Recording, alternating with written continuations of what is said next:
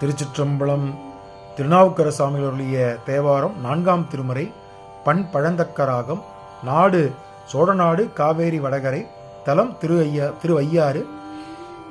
பதிகம் 13, பாடல் 4. ஊழித்தீயாய் நின்றாய், ஊழித்தீயாய் நின்றாய், உள்குவார் உள்ளத்தாய். ஊழித்தீயாய்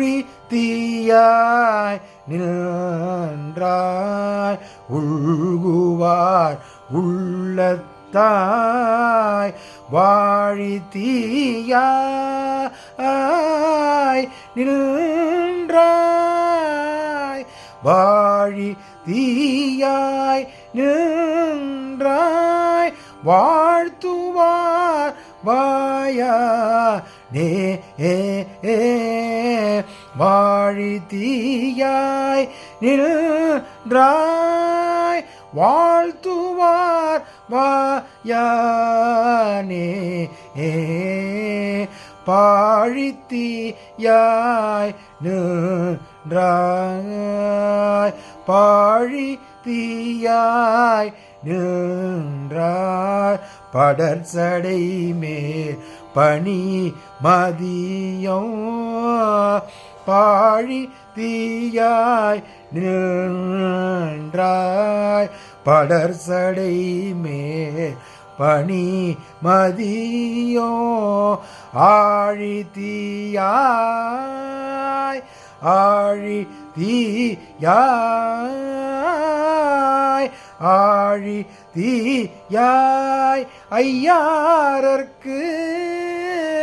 ஆழித்தீயாய் ஐயாரர்க்கு ஆளாய் நான் உயிர்ந்தேனே. ஆழித்தீயாய் ஐயாரர்க்கு ஆளாய் நான் உயிர்ந்தேனே. திருச்சிற்றம்பலம். திருச்சிற்றம்பலம். இந்த 4ஆம் பாடல் விளக்கத்தை பார்த்து விடலாம். பிரளய காலத்தில் அக்னியாக இருந்து உலகினை அழிக்கும் ஊழி தீயானவனேன்னு சொல்றார் சுவாமிய. பிரளயம் வரும் அல்லவா, ஒவ்வொரு உலகம் ஒவ்வொரு காலமும் மாறும்போது எம்பெருமான் தான் இந்த உலகத்தையும் பிரபஞ்சத்தையும் அழித்து தீயாக மாறி இந்த உலகத்தை அழித்து உலகத்தை படைத்து நம்மை காட்சி ரசித்துக் கொண்டிருக்கின்றார். அது எல்லோருக்கும் தெரியும். அதே போல அதை மேற்கோள் காட்டுகிறார்.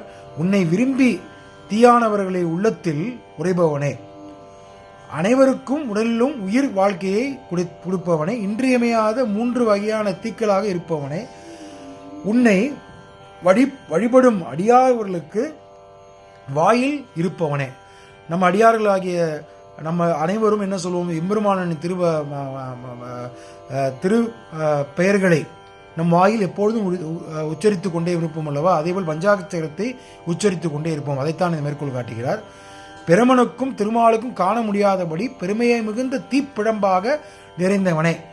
அதையும் அந்த திருவண்ணாமலையில் ஜோதி சுரூபமாக நமக்கு காட்சி கொண்டு இருப்பதை இந்த பாடலில் மேற்கோள் காட்டுகிறார்.